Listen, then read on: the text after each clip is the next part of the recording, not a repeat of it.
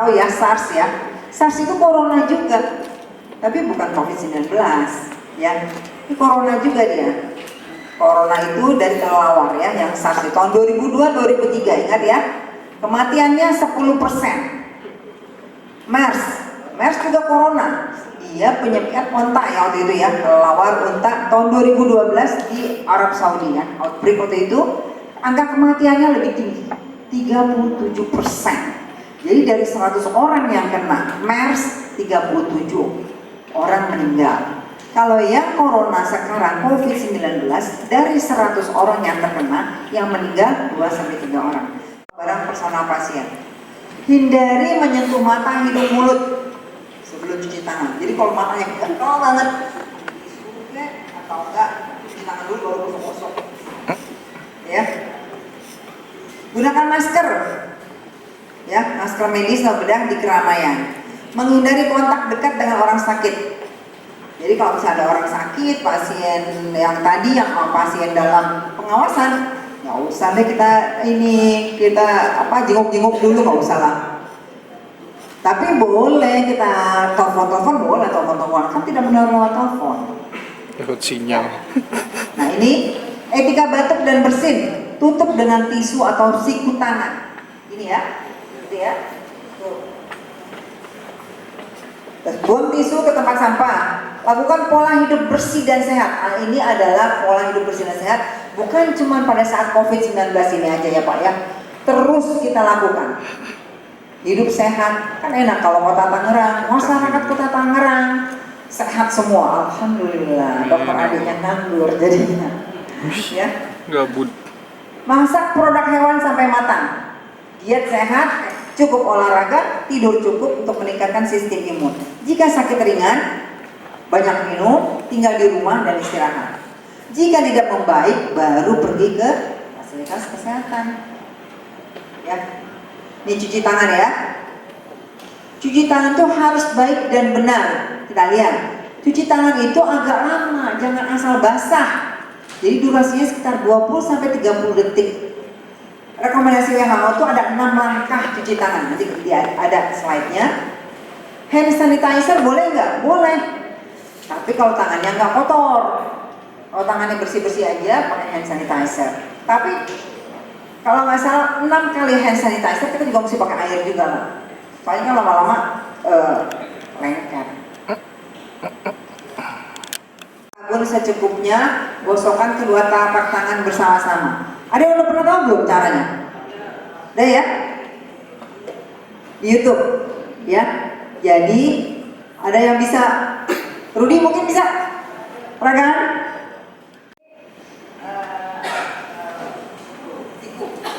Tutup pakai tisu atau pakai masker. Nah, pakai masker yang benar yang mana? Benar nggak? Kalau sakit yang hijau di depan, kalau sehat yang hijau di belakang. Mana yang benar? Salah. Yang benar adalah mau sakit mau sehat tetap yang hijau di depan, yang berwarna di depan ya. Nih.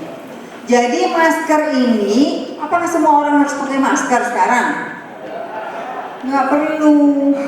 Gara-gara pada panik beli masker, sekarang harga masker satu kotak 500.000. Padahal 6 bulan yang lalu saya beli satu kotak cuma 25.000. Di sini di Mekah atau di Madinah itu dia kelembabannya rendah. Kelembabannya rendah. Jadi kalau misalnya beli kerupuk, orang Indonesia suka beli kerupuk, suka makan kerupuk ya. Jadi waktu saya pernah jadi petugas haji. Jadi saya beli kerupuk, saya buka itu kerupuk siang-siang, jam 10, jam pagi-pagi, jam 10. Saya baru ingat-ingat itu kerupuk ada di atas meja setelah Isya, masih garing. Itu artinya apa? Kelembabannya rendah. Itu sama dengan di Wuhan, sama dengan di Cina pada tanggal 31 Desember Januari. Makanya si virus itu senang di tempat yang lembab dan dingin. Indonesia alhamdulillah dari Sabang sampai Merauke panas dan lembab. Alhamdulillah kita dilindungi sama Allah. Amin. Lagi yang mau tanya? Ya, orang-orang hotel tuh ya, karena yang berdampak langsung dengan terutama di hotel itu ada satu bidang housekeeping, dia bertanggung jawab dengan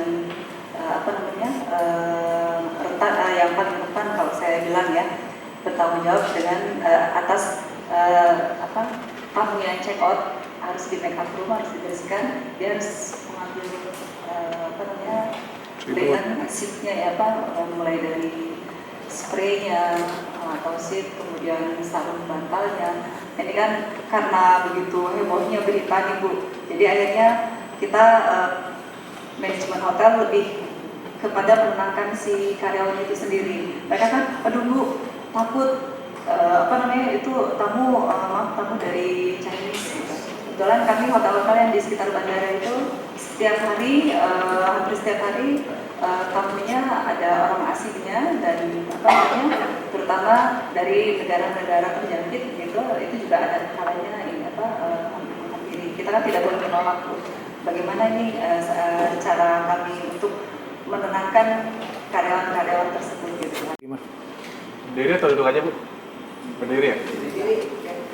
Assalamualaikum warahmatullahi wabarakatuh. Terapi teman-teman yang takut dengan ular, terapi fobia ular intinya. Nah, jadi yang pertama mungkin kasih virus corona itu sampai ke ular tersebut, sedangkan di PPT tadi tidak ada gambar ular, itu yang pertama. Yang kedua, memungkinkankah kalau si ular tersebut jika kena virus corona dia akan mati atau ada gejalanya atau apa? Karena sedangkan mamalia itu berdarah hangat hitungannya, sedangkan kalau ular itu adalah ektotermik, mereka berdarah dingin.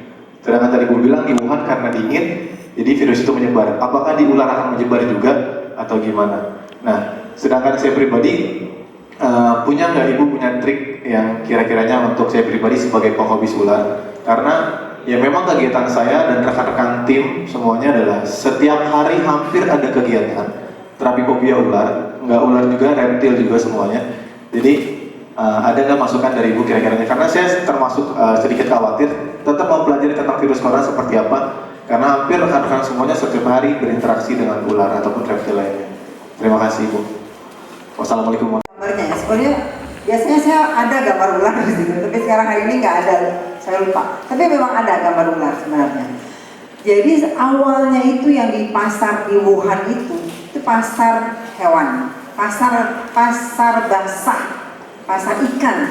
Tapi di situ dijual babi, ular, kelawar, biawak, semua binatang yang di pasar Wuhan itu yang pertama kali outbreaknya si corona itu merebak, itu ada ular, kelawar, segala macam. Dari situ mulainya terjadi outbreak coronavirus. Ular bisa kena virus itu, bisa, kelawar bisa, semua bisa kena. Tapi mungkin dia awalnya yang sakit tuh memang si binatangnya. Dan itu kan bisa sembuh sendiri kan, penyakit virus itu kan bisa sembuh sendiri, di binatang pun juga bisa sembuh sendiri. Tapi di Cina itu, di Wuhan itu kenapa bisa ke manusia, itu yang orang pertanyakan, kenapa bisa ke manusia. Ternyata mereka makan kelelawar itu setengah matang, makan ular, makan babi. Mereka tuh kan agak-agak orang Tiongkok mungkin nggak matang makannya ya. Jadi tidak dimasak dengan kematangan yang cukup sehingga bisa mematikan virus bakteri sekalian. Jadi gara-gara itu akhirnya merebak virus corona itu masuk ke manusia. Jadi sebenarnya kalau cuma di ular-ular saja, nggak ada yang masuk ke makan ke kita, itu dia nggak akan menular seperti itu. Beda dengan monyet. Monyet itu bisa kena virus dan dia bisa batuk kan, monyet itu bisa buat batuk. Jadi bisa, monyet itu kan hampir mirip dengan manusia ya, primata ya. Jadi bisa nularkan karena dia punya droplets juga. Tapi kan kalau ular kan nggak punya droplets kan, dia mungkin punya bisa, tapi kan itu bukan droplets gitu ya. Jadi dia bisa tidak menularkannya dengan cara yang orang Tiongkok itu dimasak dimakan sama mereka. Jadi virusnya itu berkembang biak dari situ. Dari Beijing dan Wuhan itu sendiri itu memang sudah dibatasi per awal Februari 2020. Sementara yang kemarin diumumkan oleh pemerintah adalah perluasan dari larangan tersebut. Kenapa harus diadakan perluasan? Karena yang awalnya banyak korban meninggal itu kan adanya di China aja. Sementara sekarang ini berkembang merebak sampai ke Korea, Italia, dan Iran itu jumlah korban baik positif maupun korban meninggal itu meningkat, sehingga harus diadakan travel ban yang lebih luas lagi. Jadi kenapa orang-orang selalu mikirnya cuma yang kenapa nggak Cinanya aja, kenapa cuma 3 negara yang belakangan itu aja? Itu karena yang Cina dari awal Februari memang sudah diberlakukan travel warning. Terima kasih. Pak, ternyata itu jawabannya.